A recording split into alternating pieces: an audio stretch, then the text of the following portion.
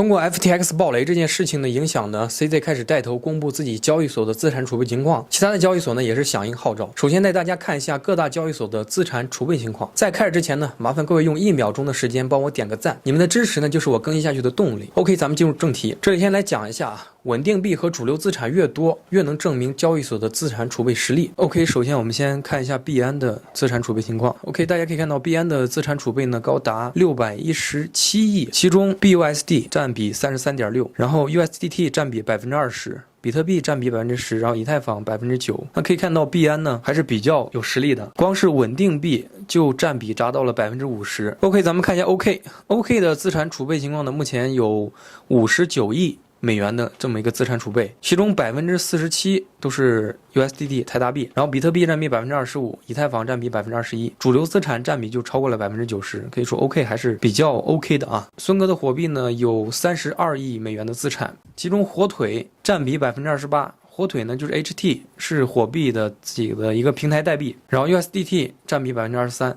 孙哥的波场币 TRX 占比15%，然后大饼和以太加起来还没有20%。可以说孙哥的火币啊就不及前面2位大哥了啊。虽然刚才带大家看了一下各大交易所的资产储备情况，有些好有些坏，但这并不代表任何一家 CEX 是100%安全的。如果你只是使用这些 CEX 交易所用它们去进行交易，那没问题。如果你把资产放在上面，并且用这些资产获得相对应的利息，那是风险很高的一件事情。FTX 呢不是第一个破产的，肯定也不是最后一个。大家想一下，投资者把自己的资产放在交易所当中去吃利息，而交易所能够提供给投资者高达10%几的 APY 收益，我们把钱存到银行也就才%几的 APY， 为什么 CEX 的年化收益率这么高？要搞懂这个问题呢，首先我们了解一下 CEX 的存款利息逻辑。首先你把钱存到 CEX， 假设 CEX 拿到你的存款后答应每年给你10%的 APY， 接着 CEX 拿着你的钱借给有需要的人，同时收取他们15%的年化利息，扣除需要给你的10%以外，还剩下5%的价差，这就是 CEX 其中一项的获利逻辑。除了借款之外，他们还会用你的钱去做一些高风险的投资，他们投资的项目一旦产生暴雷，发生多米诺骨牌效应之后，就会导致 CEX 发生流动性危机，引发恐慌，产生挤兑，没有足够的流动性资金来供给用户的提款需求，从而导致破产。FTX的用户条款有一项写得很清楚，用户的资产呢归用户所有。现在它破产了，用户的资产去哪里了呢？不光是 FTX， 其他的交易所也是一样，动不动就给你搞一个什么技术故障，什么技术原因暂停提取资产，自己的钱呢自己说了也是不算。所以不要相信任何的 CEX， 不管他们的实力和名气有多高。纵观一下历史啊，在以往跑路和破产的交易所当中，有几个能把钱还给投资者的？几年前的闷头沟受黑客的攻击破产之后，到现在都没有能够把钱全部还给投资者。最后呢，强烈建议大家把自己的资产放在钱包里面，不要等你使用的交易所爆雷后才追悔莫及。如果有朋友不会使用钱包，可以在评论区留言，如果留言多的话，我会单独出一期视频来讲解一下钱包的基础知识和使用方法。OK， 以上就是本期视频的全部内容。这里是知识分子，专注于分享区块链和加密货币的最新资讯。喜欢我的视频呢，请点赞关注。梭哈是一种智慧，咱们下期见。